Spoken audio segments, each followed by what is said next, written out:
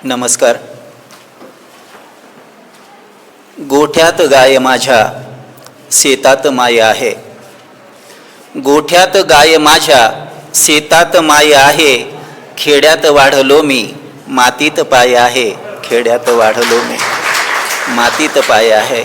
आणि जर खेड्यातल्या माणसांचा मातीमध्ये पाय असेल आणि ती माती जर पुरंदरची असेल तर काय होतं, तर ते पुरंदरने संपूर्ण महाराष्ट्राला दाखवून दिलंय.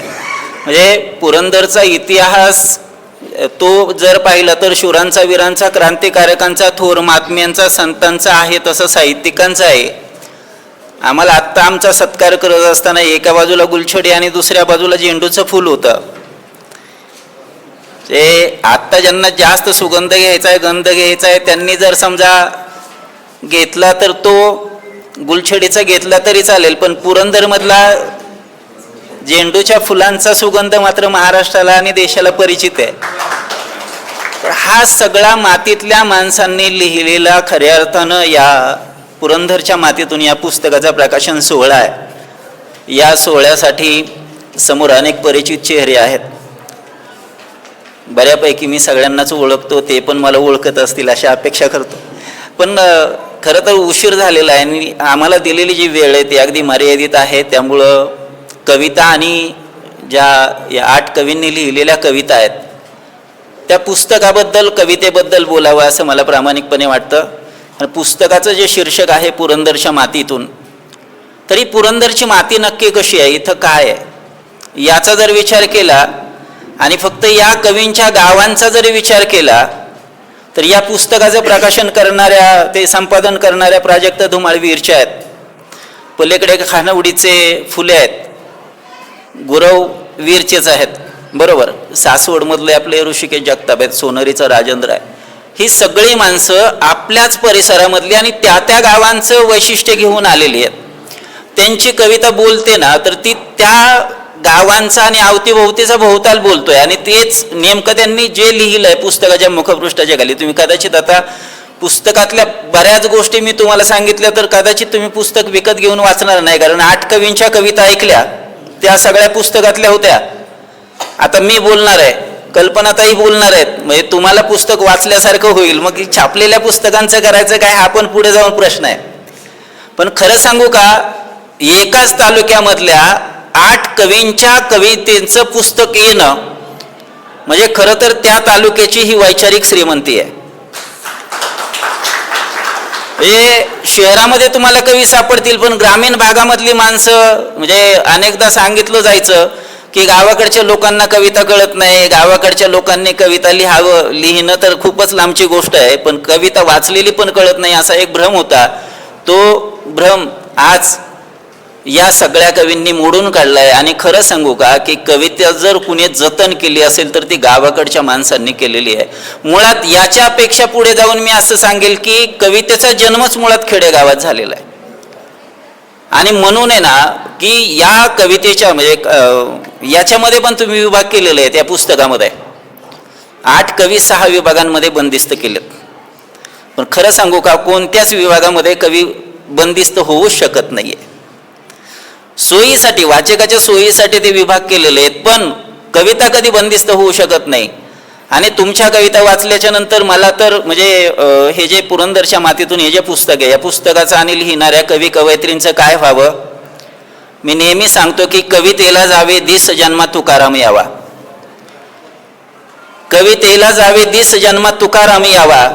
देह कबीराचा दोहा शब्द वैकुंठाला जावा. देह कबीराचा दोहा शब्द वैकुंठाला झाला. तुमची कविता नेमकी काय. आता काही जण म्हणाल की वैकुंठ, मग ते खरं खोटं ते नाही. मला जे म्हणायचं शब्द मोठा झाला पाहिजे हे लक्षात घ्या. मला जे सांगायचंय ते या कवितेमधून ज्या कवींनी सांगितले. ऋषिकेश जगतापांची पंढरपूरचं वाळवंट आणि तिथे सगळ्या जाती धर्माची लोक एकत्र कशी येतात समता सांगणारी कविता आहे. शिक्षणाचं महत्त्व सांगणाऱ्या कविता आहेत.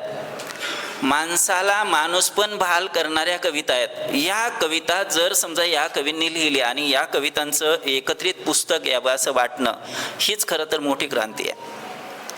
तुम्ही कविता लिहित असताना अनेकदा आपण कविता लिहितोय, पण लिहिलेल्या कविता, मग अशी राजेंद्र बोलत असताना बरेच जण हसत होते, पण त्याच्या बोलण्यामधली जी तळमळ होते की आपणच कविता लिहायची, आपणच कविता छापायची.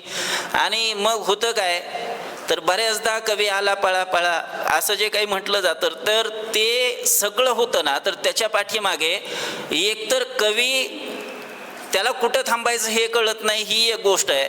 आणि दुसरी गोष्ट अशी की कवी कविता समजून न घेता कवितेसारखं काहीतरी लिहितो आणि कविता म्हणून सादर करतो, ही दुसरी बाजू आहे. कवीनं पहिली कविता समजून घेतली पाहिजे, आणि कवीनं कविता समजून घेतली त्याच्यानंतर जर लिहिली तर मग ती कविता लोकांचं जगणं सांगणारी असेल तर लोकांना आवडते. आत्ताच्या काळात जसा सोशल मीडिया आहे तसा 700 वर्षापूर्वी ज्ञानेश्वरांच्या काळामध्ये सोशल मीडिया नव्हता. तुकारामांच्या काळामध्ये कुठं फेसबुक व्हॉट्सअप असल्याचं मी तरी वाचलं नाही, तुम्हाला माहिती असेल तर कोणी सांगा. पण तरी आपण ज्ञानेश्वरांपासून नामदेवांपासून सुरू झालेली ही जी संत परंपरा आणि ते जे साहित्य आहे ते आजही आपण वाचतोय, आणि आपल्या दिवसाची सुरुवात त्यांचं नाव घेतल्याशिवाय आजही होत नाही. ही कवितेची आणि मराठी भाषेची ताकद आहे. आणि मग आपण ते का लिहितो, आज त्यांनी जे लिहिलं ते प्रमाण झालंय. ज्ञानेश्वरांची ओवी, जनाबाईंची ओवी, धनगरी ओवी आणि जात्यावरची ओवी, आपल्याला जर समजा फरकच नाही कळला, धनगरी ओवी जात्यावर म्हटली, जनाबाईची ओवी जर समजा ज्ञानेश्वरांच्या ओवीच्या जागेवरती आणून ठेवली, कविताच जर आपण समजून न घेता लिहिलं, तुम्हाला एक सांगू का, कविता म्हणजे गाडग्या मडक्यांची उतरण रचावी तशी शब्दाची उतरण नव्हे. कवितेला मीटरमध्ये, छंदामध्ये, वृत्तामध्ये मांडलंच पाहिजे, पण कवितेचा आशय हा सगळ्यात महत्त्वाचा आत्मा आहे.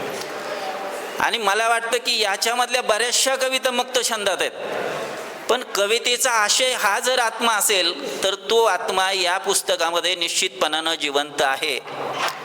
हे गाडग्या मडक्याच्या उतरंडीसारखं नाही आहे. हे पुस्तक एवढं छान बोलत आहे, याच्यामध्ये माणसांचं जगणं आहे. मी तर म्हणतो ना की ही पुरंदरची माती, नावच एवढं सुंदर दिलं आहे पुरंदरच्या मातीतून.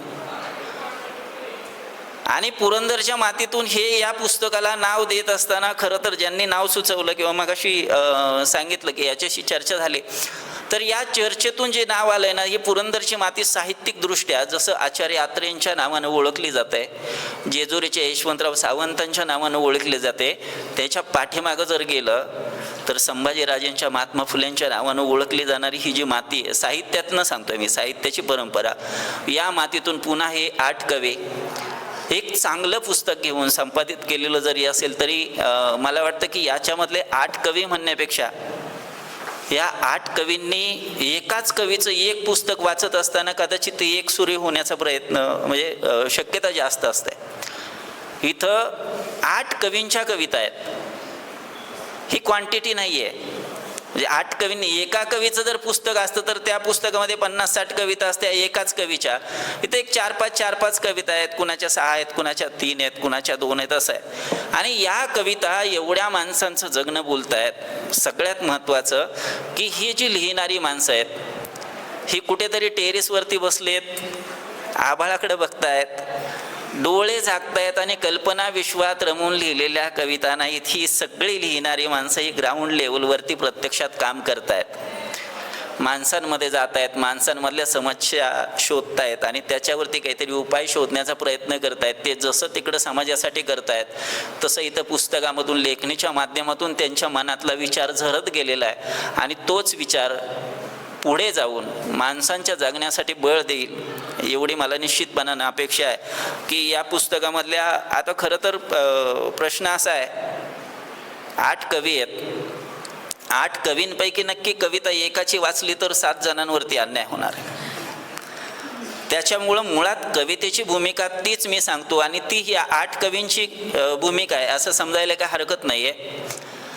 कविता ही माणसांचं जगणं सांगणारी जशी आहे तसं इथल्या परिसराचा, इथल्या बहुतालाचा वेध घेणारी आहे, आणि हे सगळ्या कवींच्या कवितांमधून आहे. म्हणजे ज्यांनी संपादित केले पुस्तक त्यांची प्रिय आबांस नावांची एक कविता आहे, ते कुटुंब व्यवस्था आणि इथल्या सगळ्या व्यवस्थेशी बोलते. आपण ज्या मातीत जन्माला आलो, इथं आपण कसं राहिलो पाहिजे त्याच्यावरती भाष्य करते.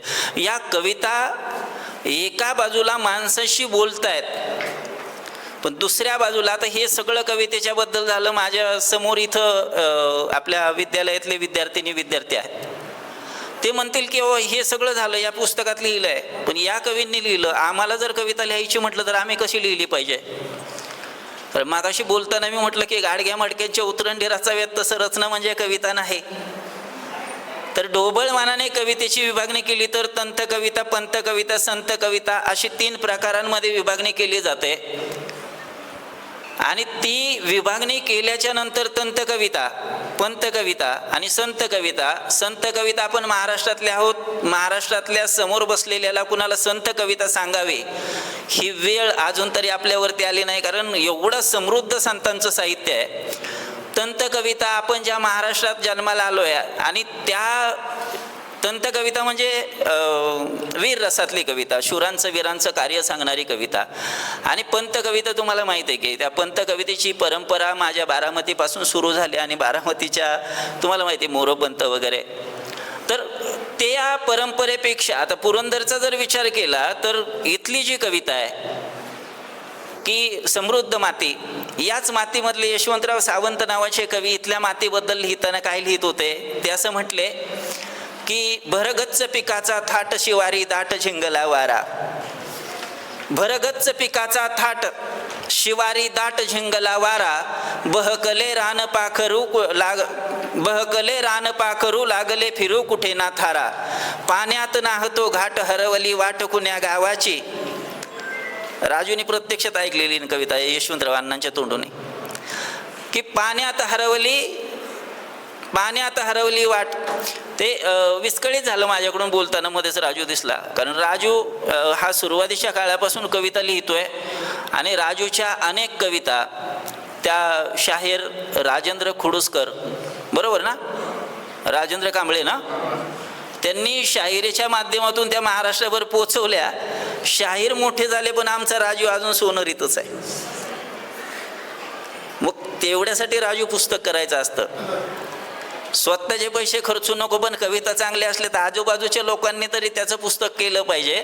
आणि मग काय होतं, आपलीच कविता दुसऱ्याच्या नावानं आल्याच्या नंतर काय होतं त्याची कर्माची फळं मी पण बऱ्याचदा भोगलेली आहेत. मोठ गेली नाडा गेला सोंदूरकणा, ती कविता महाराष्ट्राला 9 वर्ष झालं फिरते, तिला कोण तिचा मालकच माहिती नाही.